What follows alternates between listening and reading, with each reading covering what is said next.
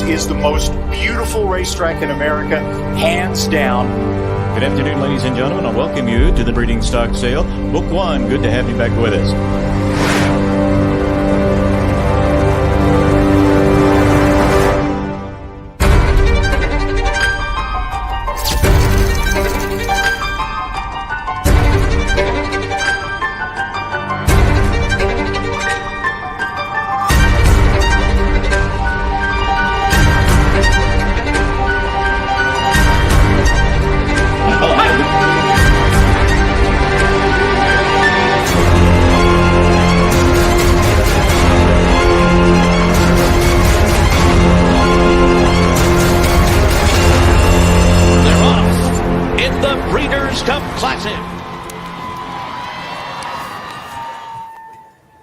And a good Wednesday evening, everybody. Welcome into my handicapping home. I'm Jeremy Plonk from Horse Player Now with the Keeneland Look Ahead. We're going to look at the next to last card, the penultimate racing day of the 2022 spring meet for Thursday. Post time on Thursday will be 1 o'clock. I want to make a correction right off the top of the show because in last night's program, as we were previewing the Wednesday card, had the wrong post time up for Friday. It's not 1 o'clock on Friday as we've seen throughout the course of the meet. Friday's post time is going to be 12:30 Eastern. So I want to make sure everybody gets that. 1 o'clock on Thursday, 12:30 on Friday for the first post. There's an all-ages sale after the races, so we'll get the races started a little bit earlier and get to the sales pavilion for those folks looking to purchase horses of racing age. Friday's card also includes the Bewitched Stakes, the final stakes race on the program, where Warlike Goddess, one of the top turf mares in the country, will be back in action, and she'll be making her seasonal return to Keeneland in the Bewitched Stakes on Friday. As we look ahead to the Thursday card, we've got 9 races, weather expected to be an excellent day. Friday could be wet, so this might be our last day of fast racing, but we'll keep our fingers crossed. We should have great racing conditions on Thursday. Sunny skies, temps in the mid-60s. Should be a good day for a 9-race card that features no less than 4 turf races. So we will take a look at the big picture and how the card all shakes out for Thursday. We'll go through all of our top plays and see if we can't piece together some winners. In the handicapping world, we had 3 winners today, and it was a dead even Steven day. The 3 winners paid $16 over 8 races, an even ROI as we go into the final 2 programs of the season. Our ROI for the season right now is plus $109 if you bet $2 on every one of our win selections at Keeneland.com. So we're assured to have a very profitable meet. Still, we've got 9 races on Thursday, 10 races on Friday. Let's try to add to it. Let's try to make some more money here for the season. Hopefully we can take down one of these pick 5s and try to hit a big one here as we rebound and head towards Kentucky Derby week. Of course, big news on the Derby front, of course. Horses are getting in their final workouts in the coming days. We'll see that on Thursday, Friday, Saturday. Thursday out at Santa Anita, we got word that Taba is going to be working, the Santa Anita Derby winner. So a lot of excitement right now in the Triple Crown season. And with 2 more racing days at Keeneland, let's try to finish strong here and pile it on if we can. As for the recap for the Wednesday racing, what we saw on the track today, well, I told you I hit 3 winners. They paid $16 combined. Nobody hit any winners of major significance today because there were no winners of major significance today. First 7 races on the 8-race card, the winners paid $7 or less, 5-2 or less. The long shot, if we can use that term, was 9-2 in the 8th race finale. And you got Chad Brown and Flavian Pratt on the longest price of the day. You don't say that too often. So if you called the winner of the nightcap, congrats to you. And if you also got Charty Party earlier on the card, the Wesley Ward first-time starter in the turf sprint, wow, what a rocket ship performance that was. One of the most impressive races we've seen of the entire meet from that first-time starter. From the rail, you just don't win from the rail in 12-horse turf sprints. Only the second one to do it, going all the way back to 2006 in the database that I helped create. So what we saw from Charty Party today was pretty impressive and one to keep an eye on coming out of this meet moving forward as a serious turf sprinter. Also on the card today, we saw 2 wins for Flavian Pratt and Irad Ortiz as they're tightening with Tyler Gaffleone at the top of the jockey standings. Just 2 days left. Tyler's still in control, but those guys are not going to go down with a fight. They started the meet fast, and Irad and Flavian came into week 4 as the the stars of the show here on the Wednesday program today. Chad Brown had the 2 wins. He's tightening it a little bit. I don't think he's got the numbers to win the trainer's title over the last couple days. He's pretty much going to have to run the table to do so, but he's right there. Wesley Ward did get a win today. Brad Cox got a win today. They seem like the most 2 likely to be there standing on Friday at the end of the day with a chance to win that trainer's title. Mike Maker still mathematically in the mix there too. With a big day or two, he could be set up. But it was chalk, and it was the big guys. You think Wednesday racing week 4 of Keeneland, we're going to get blue collar here on everybody. It didn't happen. It was like Rad Ortiz and Flavian Pratt and the top guys. It was Chad Brown and Wesley Ward and all the big trainers. Brad Cox winning races on the card today. So this has been a very deep Keeneland meet, and it will continue to be that all the way through the end. So closing day again on Friday. First post on Friday will be 12:30 Eastern. Just keep that in mind. 12:30 Eastern for the post time on Friday. We apologize for anybody who got the wrong information last night as we posted incorrectly on our ticker at the bottom of the screen. But everything's up to date now, and we are set to go to get handicapping on this Thursday card. 9 races overall, and as you know, watching this program, we're on preview 14 of 15. So you've seen these. You know what we're going to do. We're going to take a look at the big picture and see what this 9 race card looks like on the Thursday at Keeneland. 9 race card means the middle of the card. Race number 5 is your swing race, early pick 5 and late pick 5. It's a part of both of those sequences. So if you can lock down a good opinion in race number 5, that certainly helps your chances in the multi-race wagers, as you'll have 2 ways to build out, either in the early pick 5 or the late. Race number 5 is a key race today as well, because on the Thursday, I should say, because it's going to start the Keeneland Turf Pick 3, races 5, 7, and 9 for that Keeneland Turf Pick 3. So a lot cooking in race number 5 today, if you can find a horse you like in there. And I think we have one. It's not one of my key plays at the bottom of the screen, because I think the horse is going to be fairly obvious, and I think it'll be either favorite or second favorite. But we'll talk about that 5th race as we go race by race through the sequence. Pick 6 was hit today. We had the $49,000 carryover, but the Pick 6 did go down today, so we start fresh. Pick 6 begins at race number 4, no carryover. Now, keep in mind, on Friday, that will have to pay out no matter if nobody has all 6. So if nobody hits the Pick 6 today, on Thursday, and we get into that Friday closing day card, everything's got to go, whether there's a carryover or not. But it would be more enticing if we have a carryover going into Friday, plus the fact that we could be looking at, we will be looking at a mandatory payout situation. So something to keep in mind if you're going to play the Pick 6 either on Thursday or Friday, the final 2 days of the meet, but we start fresh in the Pick 6 after it was taken down today. So race number 1 is going to kick things off, and in the opener, we've got the 2-year-olds, and really, the story of this meet, the baby dashes, we've had 6 of them. That Wesley Ward just has the 1 win at this point is just stunning. I mean, he's had a very good meet, especially with the turf sprinters.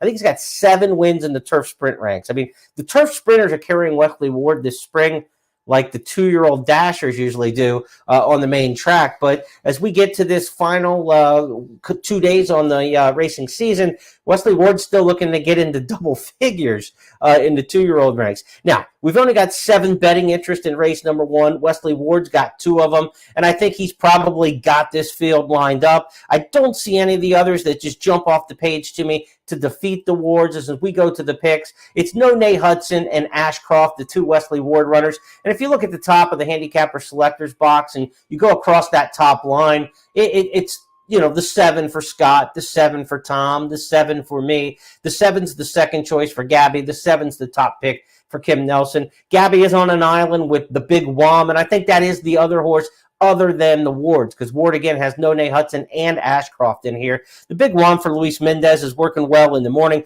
Mendez won the first 2-year-old race of the meet here to start the season. Maybe he could win one of the final ones as well. But Ward, I think, has this one. We've said this before, though. So, we're just in Wesley we trust here at this point, even though the struggle has been real for him at this meet. Nonay Hudson's a bullet worker on April 14th, has the local Keeneland works, which are so important. Sired by Nonay Never, who was a win early prodigy type here for Wesley Ward, running over the track at Keeneland way back in the day. I think Nonay Hudson's the stronger of the 2. Perhaps the outside post here, not that big of a deal, going 4.5. They do come out of that chute there at the top. And if the Wesley Ward horses are going to run, they're going to break. And post position doesn't matter if you break, because when Wesley's horses actually break, they're 2 in front and they can clear and get to anywhere they want. Ashcroft will break from the 5 by Munnings. This is another one at Wesley's. Had some success with Munnings here with the 2-year-olds over the years. So I ride to the 5 Ashcroft, the 7 No Nay Hudson. I think they're going to, one of those two will deliver. They look like good pedigrees, good work tabs. Horses to certainly consider in here. Ashcroft does have the local work in the last 2 after working at Turfway. So I think No Nay Hudson might be the stronger of the 2 there, $190,000 runner. So let's go with the 7 over the 5. And if you're looking at the multi-race wagers for the pick 5 to start things off here in race number 1, I would take both Wesley Wards in here and just try to get by 2 deep. To the second race we go on the program, and as we look at the big picture, remember the second race is going to start the early pick 4. It's also the second leg of the early pick 5. And we've got one of our early plays here because, Wesley's got, I think, the 2 big horses in the first race. I think we're looking at some strong type favorites in the 3rd, maybe in the 5th as well. If we're going to get a price early in the card, maybe it comes here in race number 2. I've got a horse in what I call the power post. Post 3, 4, and 5 have exceptional numbers going with full fields in turf sprints here at Keeneland. Post 3, 4, and 5 are very advantageous. Liberty Hall, the 3, and the winner is number 4. And Bourbon Therapy, the 5. Pre-scratches are the horses drawn in those power posts. I think the 4 and the winner is one to watch here. Wayne Catalano has not had a strong year, but he's had some horses run at this meet that have been popping out of the gate, showing speed. He's 4 for 7 in the exacta coming into closing weekend.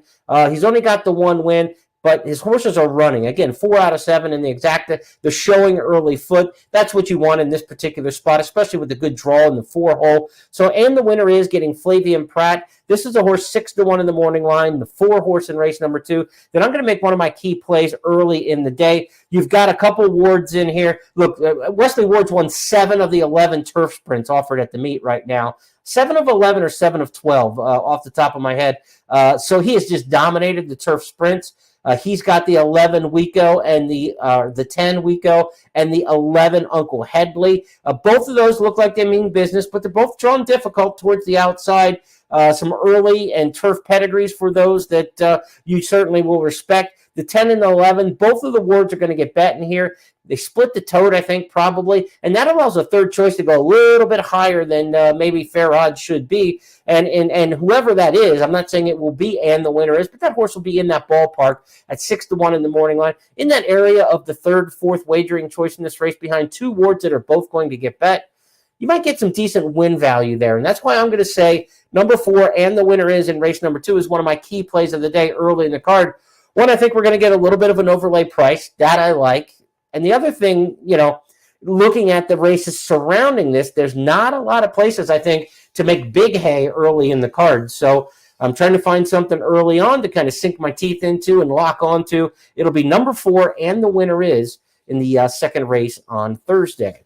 To the 3rd we go, and we'll go back to the big box here as we take a look at the handicapper selectors from Keeneland.com in race number 3. Hope and Dignity, I think, is going to be a strong favorite in here. Tom Leach and I are both on the 6, as well as Gabby Gaudet. 3 of the 5. Santa Cruz or the 5 is the other option in here, according to the public handicappers. Keith DeSormo's got Santa Cruz with Mitch Murrow. But Hope and Dignity is a horse who's dropping in class. It's Mike Maker and Luis Saez with a good, advantageous outside post position in a sprint.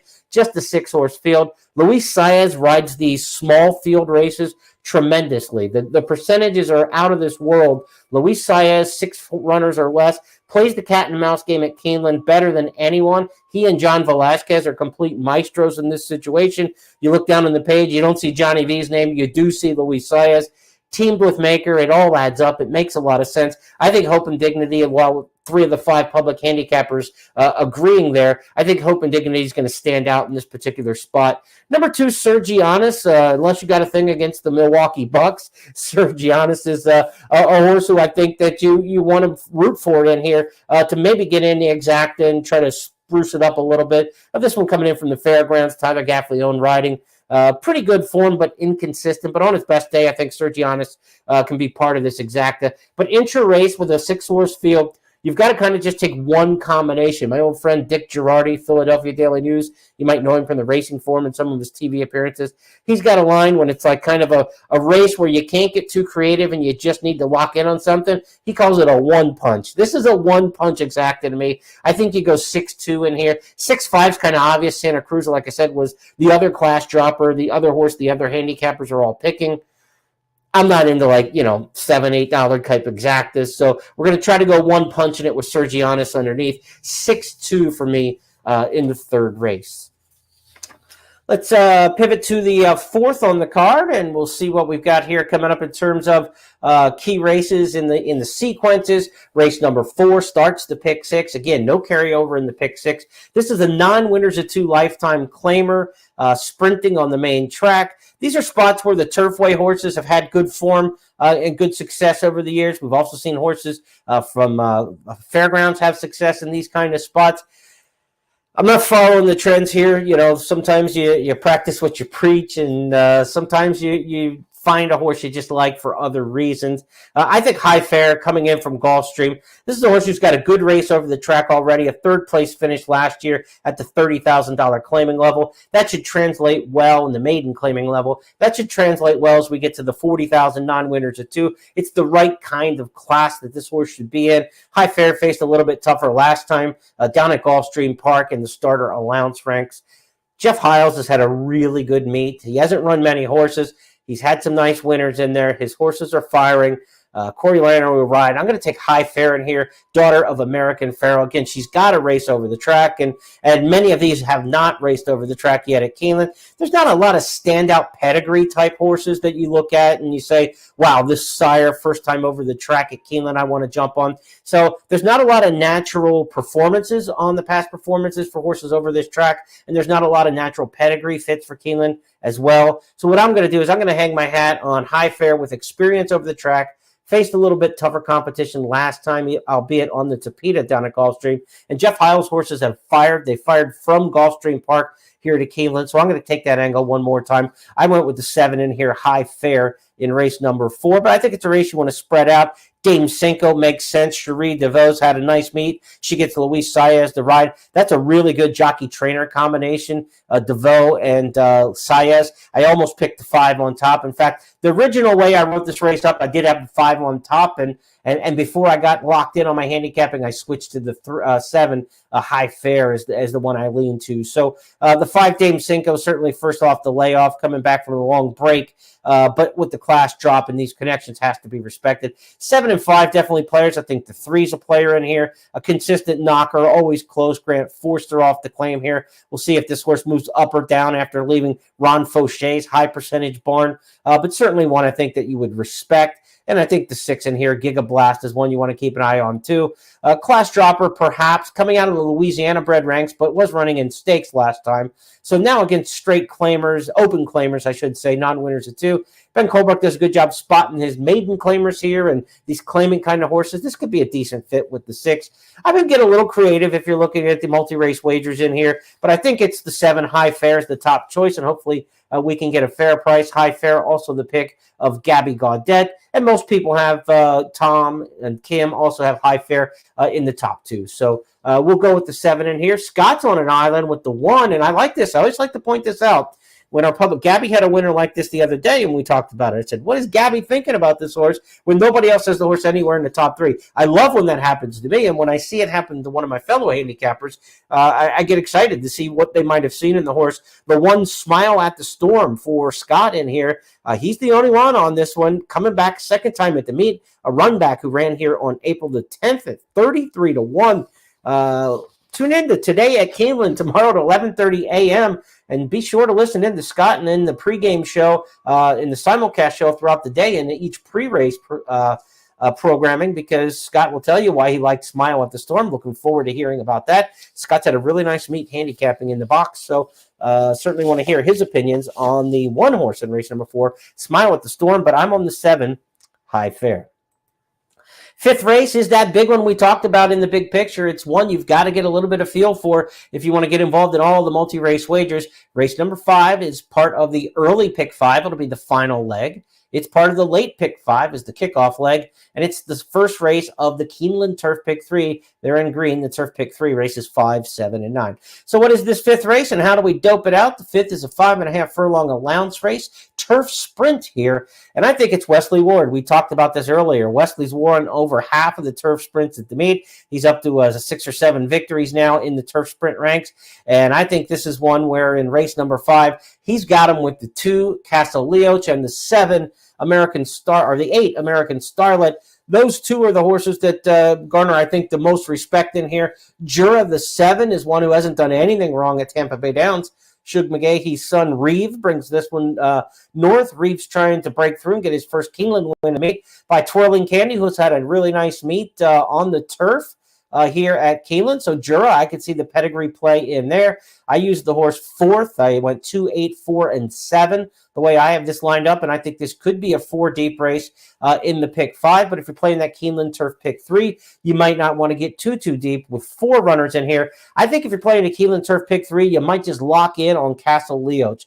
This is a horse first time back for the year. It's Wesley Ward, Joel Rosario. Nobody wins more turf sprints at a higher rate than Joel Rosario. So you've got the right jockey here. You've got a good post position because we talk about 3, 4, and 5 in the full fields. This isn't as full of a field. This is 10. And the numbers really even out with smaller turf sprint field sizes. So, it's less congestion, fewer horses scrambling going into that first turn. The difference between 12 and 10 can really kind of make it a little bit easier on the horses down to the inside than the 12-horse fields are. Castle Leoch, I think, from the 2 is going to be drawn well. We'll save ground and try to punch Rosario up on this American Pharoah Colt. And again, Ward's won over half of the turf sprints at the meet. I think the 2 is the stronger of the pair. American Starlet, the 8, does get John Velasquez, comes north from Gulfstream Park, and another by Twirling Candy. We said Twirling Candy's had a really nice meet on the turf here at Keeneland. The 7 and the 8, both by Twirling Candy. So there's some stuff to hang your hat on in this race. Gold Heritage is a horse who comes out of Stakes Company. The 4, Casanova Kitten, is one that Wesley Ward used to train, but coming off the layoff. The Ramsey's looking to get back to the winner's circle at Keeneland, saving some horses for late in the meet to try to pop when it might be a little bit easier. Bringing this one north from Safi Joseph, where he had this horse down at Palm Meadows throughout the course of the winter at Gulfstream Park. So the 4 Casanova Kitten's interesting. It's an interesting race, but I think it'll be Castle Leoch as the horse you want to lean in. That's the direction I'm going in here. Race number 5 with the 2. Jura is picked again by a couple of our handicappers in here. Gabby's got it. Scott's got it. Tom and I are both on the deuce. And American Starlet, the other Wesley Ward trainee, is the top pick of Kim Nelson. So a couple different options for you in here. Again, this is a swing race. I don't think in the swing race you want to be 4 deep. I think you want to try to narrow a little bit more if you can. Maybe you just take the 2 Wards. The way he's winning the turf sprints, that would make a lot of sense. I'm even apt, though, to just go ahead and single. I do think Castle Leoch will be the favorite among those horses. And don't worry about the layoff. Almost all the Ward's turf sprint winners were horses coming off the layoff from the previous year at this meet. So, Ward bringing him back for the first time in 2022 in turf sprints has been gold this meet. So don't worry about that with the 2 Castle Leoch. I say you single in here. There are 4 good options, but I think you single. You tighten up your ticket. Maybe you play the ticket 2 or 3 times that way because you're singling versus spreading out into 3 or 4 deep. And in terms of the turf pick 3, I'm going with the 2 in there. Castle Leoch will try to make that work. Now, you got a chance at a rolling daily double, too, race 5 into race 6, because as you just saw there on our big picture, one of our key plays comes up in race number 6. We're going to try to get Larry Ravelli to speed pop him in race number 6 with the 11 horse You Like Apples. This is a daughter of Nyquist out of a Wildcat Air Mare. Bred to be fast, bred to win early, and darn near did it first time out at Hawthorne. Opened up a lead and just got caught at the end, going 5.5. We'll stretch out to 6.5 here. And what I'm hoping is people think Hawthorne, a little bit cheaper racing, 5.5, trying to stretch to 6.5, thinking this horse won't get 6.5 furlongs. Of the horses who have run in here, I think she's clearly the best one. The Aqueduct runner-up in the debut, Bose Artis, the 12, is going to get a lot of play off that race at Aqueduct for Chad Brown. But I really like You Like Apple's speed, much faster in the fractions, 44 and change versus the 47 Bose Artis was running in the career debut. I think the 11 You Like Apples is going to open up in this race and say, catch me if you can. And I think we're going to get a fair price to do it. Race 6, Speed Pop against the Big Barnes. We got 8-1 in the morning line. You've got Chad Brown in here. You've got Brad Cox in this race. You got Safi Joseph coming up from Florida. You got Eddie Keneally, who's getting bet the whole second half of the meet with everything he sends out. Keneally's got the 3 Lady Be Lucky, who's been kind of, knocking on the door in races. So I think the price might hold on You Like Apples. Give me Gerardo Corrales, a really good speed jockey. The 11 horse, You Like Apples, race number 6. This is our key individual race of the day that we need to get home. I mean, this is the one I really like. Race number 6. It starts the late pick 4. And, I'm diving in here. Let's get this one home with the 11. The one Patna would be the other horse I would definitely want to consider if you're looking at the multi-race bets. I won't single the 11 in here, but I will be betting straight up and betting hard on the 11 and trying to build out some intra-race bets as well in the 6th race. Also look at the daily doubles because I think we've got some horses in the 7th and a very good bet race that you can look at. But with a big field size in race number 6, you don't have to think multi-race wagers so much. You got one you like on top. You've got 8-1 in the morning line. Hit this 11 horse on top. Try to get something underneath in the exactas. The 1, the 4, the 12 all make sense as horses underneath. And see if we can't get something intra-race brewing in race number 6. It's the kickoff leg to the late pick 4. If I'm playing the late pick 4, maybe I just use the 1 horse Patna in there as well and go 6-1. Certainly you could argue that the 4 and the 12 as well on a 50-cent combo ticket to start the late pick 4 or the second leg of the pick 5 as well. Maybe you want to go 4 deep in those multi-race bets that way, but I'm on the 11 horse. You Like Apples, and we'll see what kind of crunch we got with that one in the 6th race. 7th race next up on the program. It's an allowance, a mile and 3/16. Not quite the turf marathon we get with the mile and a half. So mile and 3/16 is a little more than a quarter mile, 5/16 of a mile shorter than those, but we still do get some of those pedigrees we like to see. We like to see Dynaformer going long on the turf here at Keeneland. The 2 Bravo Kittens got that. Some interesting pedigrees in here. The 10, When the Dawn Breaks, is by Go Sapper out of Mushka. Mushka, of course, a major stakes winner here at Keeneland in her heyday back in the Polytrack era, grade 1 winner locally. So good-looking group here in race number 7 where you've got some options. And as we talk about the key race play number 3, the 7th race is a tough one, but I think you want to get involved here because you've got a 12-horse field, 12 wagering interests, and a lot of good options in here. There's going to be a horse or two in here that, you'll look back after the race and say, how did this one pay $11? Chad Brown and Flavian Pratt won the last race on the card today and paid $11, and you say, how'd you get $11 on Chad and Flavian?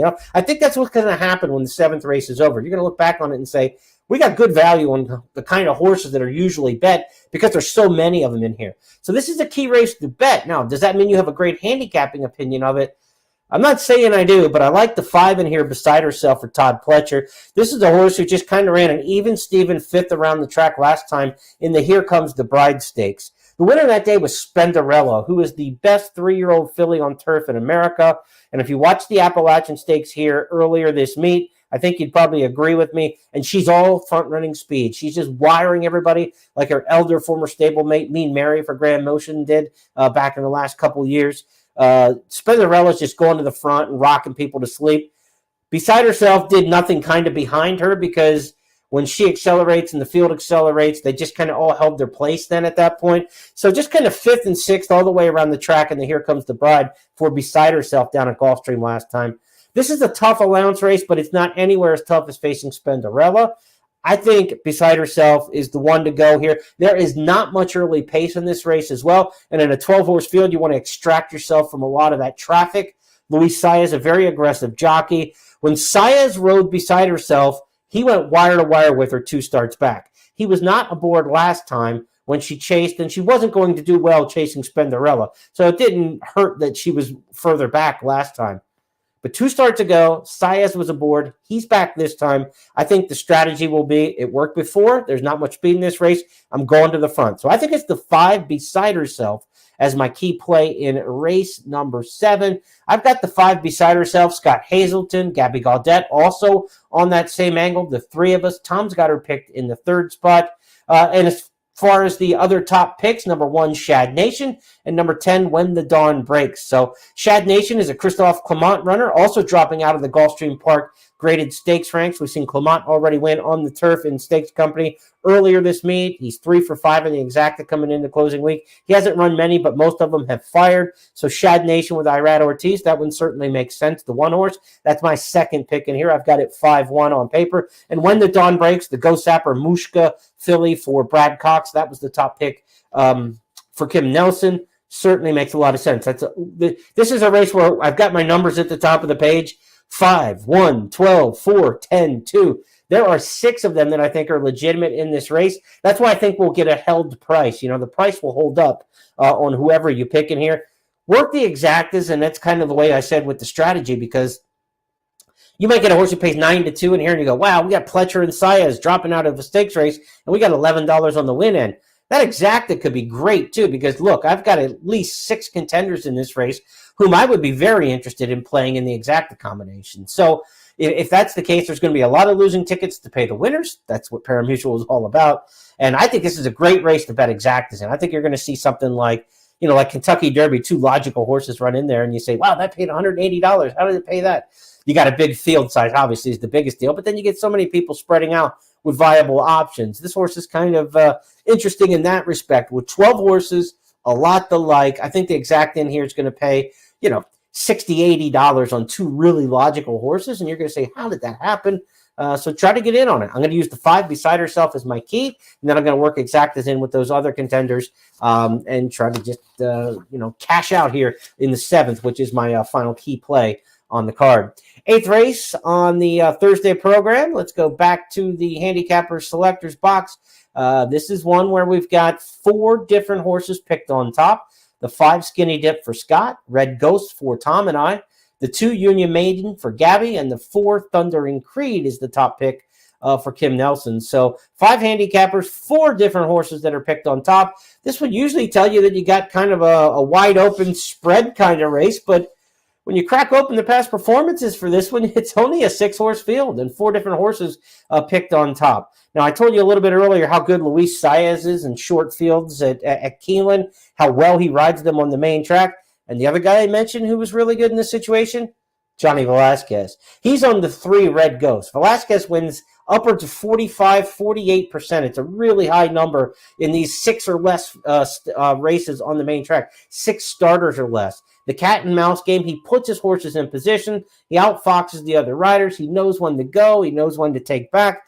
He's aboard Red Ghost in here, who's got some speed in a race where there's other speed. Skinny Dip the 5, Music City Star the 6, and the 3 Red Ghost all probably want to go in here. But I'm putting my faith in Johnny V. If he says, we go. If he says we take back, he'll let the other 2 go. I think he's going to make the right decisions. It's Wesley Ward. Maybe with the day that is lined up for Wesley Ward, with the 2-year-old turf sprint, with the 2-year-old baby dash on the card, with a sprint race here on the main with Red Ghost, Wesley Ward might be able to just cinch up the training title on Thursday with a big afternoon. He can win 2 or 3 races, no doubt about it, on this card on Thursday. In fact, I'd put the over and under at 2.5 wins for Wesley Ward on this card on Thursday. He's got the 3 in here. Red Ghost I'm going to take. Union Maiden, the other one I like in here. The 3 and the 2. I think if you got those 2, you get through it. The one horse who might be able to come from off the pace and be the threat late would be the 4 Thundering Creed.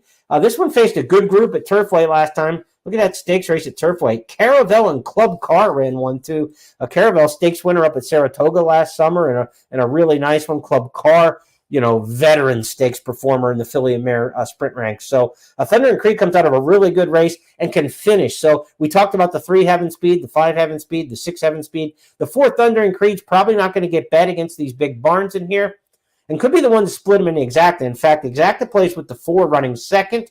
Probably a very good approach in here. I've got it 3-2-4 the way I've got them ranked in here, but I would not be afraid at all to put the 4 in the exacta, go 3-4 heavier, 2-4 smaller, and try to attack the exactas that way in the 8th race of the allowance feature sprint. 9th and final as we wrap up this Thursday card, the penultimate program of the season. It's a 1.16 on the main on the turf course. Maiden special weight older horses here. We're talking 3-year-olds and up. Maiden special, 1.16 to wrap things. It will conclude the Keeneland Turf Pick 3. And our choices in here include the 1 Blue Devil for 4 of the 5 public handicappers. The 7 Polyglot, the first-time starter for Chad Brown, is the pick on top for Tom Leach. So Blue Devil, the top pick by 4 of the 5 of us. And this is a horse who debuted at Turfway Park, ran a really good second in a pretty good time, 110 flat. What I like when a horse runs second is I like to look at the gap and see how far back the rest of them were. It was 6 lengths between second and third. So Blue Devil got beat by My Buddy B in a good time, 110 flat in that debut. And they were far superior to everybody else. Spread eagle the field, 6 lengths back to third. This one's by Uncle Mo out of a Lemon Drop Kid mare. There's kind of like miler on top, turf distance on the bottom. This is a mile and a 16th on the turf. I think this one will stretch out nicely. Florent Giroux, usually a pretty aggressive rider early in a race. He's got the rail here. I think he'll probably use Blue Devil coming out of the main track sprint. And I think you'll see forwardly placed throughout the 1 Blue Devil. The 5 Lord Zed, the other one to keep an eye on in here. This is first off the claim. Now, this horse got claimed away from Brad Cox to Mike Maker's barn. Not many people are going to move up a horse off of Brad Cox, but Mike Maker, bringing this one to the turf, will probably maintain. They were off the turf last time in a race that was washed off the grass. Getting back to the green here, I would expect the 5 Lord Zed to be a factor for sure in here. I would definitely want to use double coverage in here. Blue Devil's never gone long the 1 and has never gone on turf. So I'm not locking in on a single on a horse like that. I do like him. I think he's the best option in this race, but I would not single and hang my hat on that horse in the multi-race wagers. The 7 Polyglot, first-time starter, Kitten's Joy, multilingual, the Dam. A very good pedigree here for the turf, obviously. A Juddmonte homebred. Chad Brown had another first-time starter win on the card today on Wednesday going into Thursday. And I would expect Polyglot to be ready to go. Flavian Pratt riding there. So another one you want to use. The 9, Calrissian, Ben Colebrook. This is one I think it also has an option here. Calrissian, the 9, doesn't look that much different than the 1 Blue Devil, other than the speed of the race. But again, coming off a 1 6-furlong race at Turfway, I think the 1 comes out of a much better race and is drawn better for this 2-turn race. So I prefer the 1 certainly to the 9. I would use the 1, the 5, and the 7, though, in the multi-race wagers to wrap things up. Blue Devil, Lord Zed, and the first-time starter, Polyglot. That's a wrap on the 9-race program. Go back to the big board and let you review our key plays of the day. We've got a horse from post 4 in the second race, one of the power posts, 6-1 in the morning line. We'll try to get home in a turf sprint and knock off some wide-drawn Wesley Wards. If we can get that one, that sets us up nicely in race number 2. 6th race is our key play on the card. Really like this one coming from Hawthorne for Larry Ravelli. Let's get the speed and beat some of those big barns in there at 8-1 in the morning line. We'll know in the first 100 yards or so of that race if we can get You Like Apples on top by 3 popping out of the gate, we'll start to feel good about that chance stretching out. And the 7th race, we've got a lot of really good options in there. Look at your exacta plays in race number 7. The 5 horse Beside Herself is going to be our top pick in there. We're going to use that one in the win pool, expecting to get some overlay prices in the win pool. And I really think the exactas are going to be a big overlay. So watch the tote, see what the will pays look like, the probables in race number 7 as you're handicapping that. Find the horse you like best and find 2 or 3 with them that are offering good value in the exacta and try to attack the value. Throw out the lower paying combinations. Go for the ones of horses you like at the higher combination in there, and I think you can draw some really good overlays in the 7th race.